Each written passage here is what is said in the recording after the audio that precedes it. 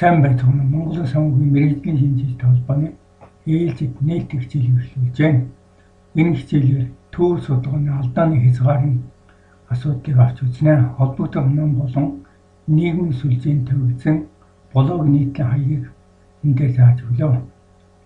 За энэ хичээл нь нийгмийн сүлжээнд өмнө нь тавигдсан корреляцийн талаарх 94 дэх хичээл болон төгөл судалгаатай холбогдуулан урд нь авч үзсэн 214-өөс 13 дугаар хичээлүүдтэй шууд холбогдох юм аа.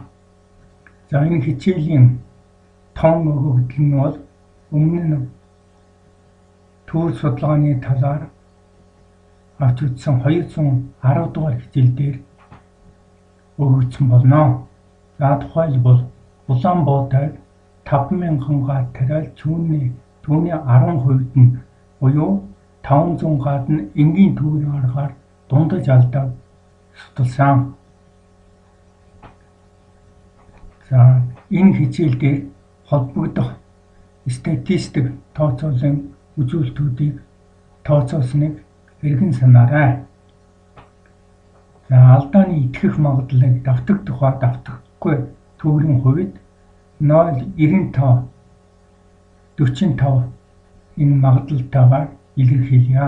Өөрөөр хэлбэл 95 145% магадлалтайгаар тодорхойлно гэсэн үг юм аа. За төвийн алдааг тоо хэмжээгээр болон хувь хэсгээр өөрөөр хувийн хэмжээгээр давтагдах болон давтагдахгүй төвийн хувьд ялан тооцоолох болно. За эхний ээлжинд энэ эхний хэсэг дээр нь бол энэ зураасаар ялгсан дээд хэсэг дээр нь бол төвийн тоо хэмжээгээр их дундалт алдаа эхний ээлжинд давтагдах төвийн хувьд мөн дараагаар нь давтагдахгүй төвийн хувьд бол тооцоолсон. За 95 145%-ийн итгэх магадлал гэдэг маань интеграл магадлалын фи хүснэгтээс харахад бол Т буюу итгэх коэффициент бол 2 байна. За энэ талаар бол өмнөх 213 дахь хичээл дээр бол бид тайлбарласан болно.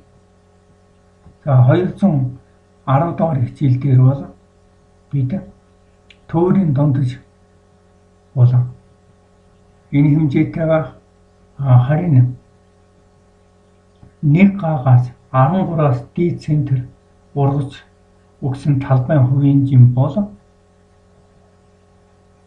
энэ болно. За энэ бол төвийн давталт нь 27 болон 28 байсан. За төвөр судалгаа хийсэн талбайн хэмжээ бол 500. За үүнд бол 13-аас дээш хэсгийн нь бол энэ эзлэх хувийн жин бол 11% байна гэсэн үг юм аа. За ингээд давтагдах төвийн томьёонд холбогдох тоо мэдээллүүдийг бол өмнөх 210 дахь хичээлээс авч энд орлуулан тавьж квадрат дундаж алдааг давтагдах төвийн хувьд бол тооцоолоод түүний дагуу бол итгэх магадлалын энд тооцоогоор гаргалаа.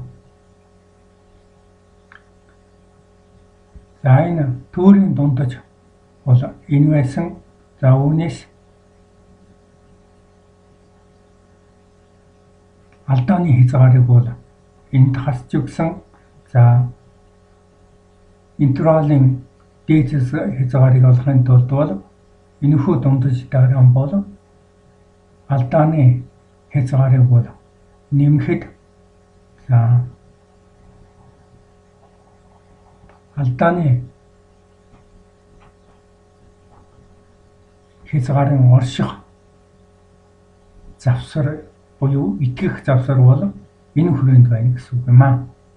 За иймэрхүү байдлаар давтагдахгүй төвөрийн хувьд бол холбогдох товёнд өмнөх 210 дугаар хичээлдээр авч үзсэн тоо мэдээллүүдийг орлуулан тавьж дараагаар нь итгэх завсарыг олсныг бол энд харууллаа.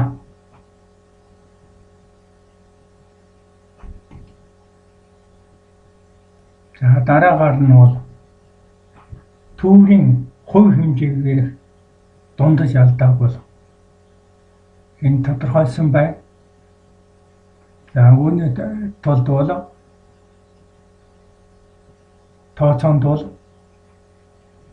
11% буюу энэ нэг гаагаас 13-аас дээш центнерээс өгсөн талбайн хувийн жинг бол энд ашигласан байна.